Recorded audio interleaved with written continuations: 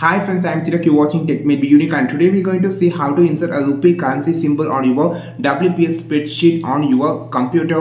And if you're new to this channel, make sure to click on subscribe button below. We just quickly move on to the video. So how to insert a rupee symbol on your WPS spreadsheet on your computer, I'm just going to show. So like this, so you can just insert this type of rupee symbol. So first of all, you just need to click on the insert option on the top. Now just click on the symbol option and you will see this drop menu, and here you just need to click on the more symbol option. So actually it will be like it's something like a subset will be like this, but you just want to choose the font this, and a subset should be choose like a currency symbol. So just drag down and you just want to find the currency symbol option. After clicking on the currency symbol option, the page will appear like this, and in the second row you can find the rupee symbol. You just click insert, and this is how you just insert a rupee symbol on your WPS spreadsheet on your computer. And you can just now copy and paste wherever you just want to keep and paste this currency symbol on your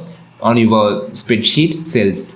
And I think this video helped you a lot. Like this video, share this video, subscribe this channel. We will meet our next video with the super valuable content. This is Tilak signing off from Tech Made Be Unique. Have a wonderful day.